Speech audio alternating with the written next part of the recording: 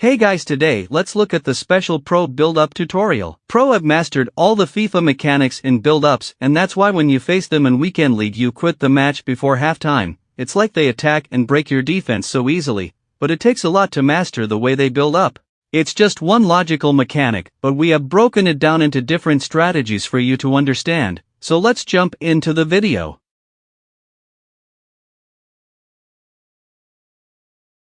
First touch, one of the most important skill in attacking, not only on FIFA but also real-life football. So how do we take the first touch? It's not a full-depth tutorial of the topic, so let's look at it in a detailed way, then I will explain the pro trick. Basically, we don't take the first touch while sprinting. Second, you have to take safe first touch. In this case you have to figure out where's the opponent's defenders pressing you from, and where is the space. A lot of players make a mistake of turning into pressure, and this result into constant loss of ball possession. Here I pass to my winger Sancho, I figure out where's the space, this side, and this side, then again I look at the opponent's defender applying pressure to this side, so I decide to control the first touch to this side. Another example to explain this perfectly, here I pass to my striker Muriel, I first of all figure out where's the space, it's in front and my opponent is pressing me from this direction, so I decide to take my first touch in this direction, to put my player between the ball and the opponent's defender, which he tried to dispossess me but he couldn't, and I went on forward and I scored.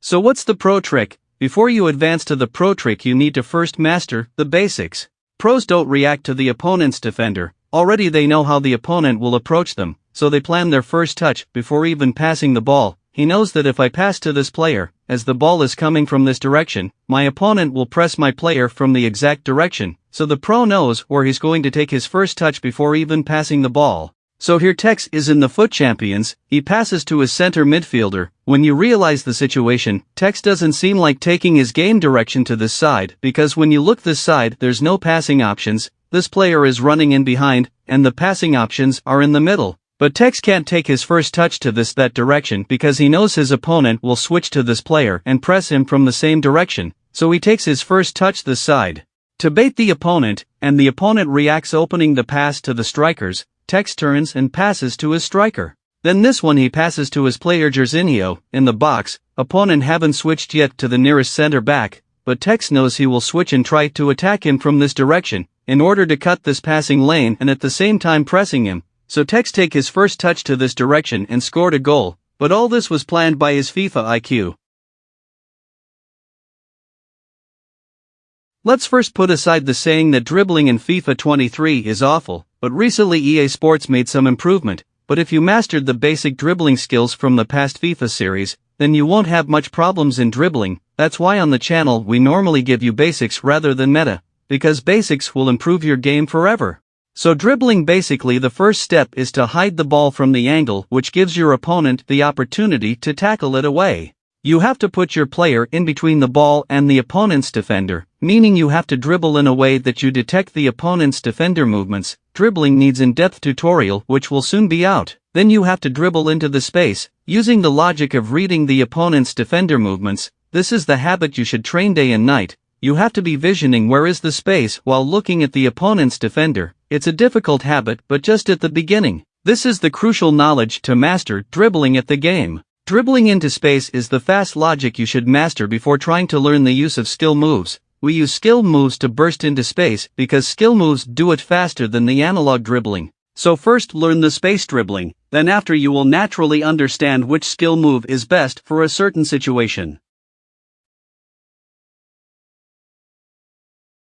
Now let's see how you can generally react to the opponent's defender movements and be steps ahead of him, beginning when he's pressing your player. Here we have two basic solutions. One is to pass immediately. If the opponent is running to your player and you have less time, here just pass the ball first time. The second idea is to turn into space and immediately and pass the ball right away. If you get time to figure out where's the space, then use it and turn away from the incoming pressure. Then what about when he's cutting passing lane? Here if you don't have any other passing options you can take your time until your teammates position near and pass to them. So the logic is simple, when the opponent presses your player you pass quickly, or you turn into the space. If he cuts the pass lanes, take your time on the ball. But good opponents can combine both strategies. He can cut the passing lane first, then immediately he runs to your player. Here you have to also react in the same manner. If he cuts the passing lane, take your time, then the moment he presses you turn away. For example, here Tex is taking his time with the ball because the opponent is cutting the passing lanes.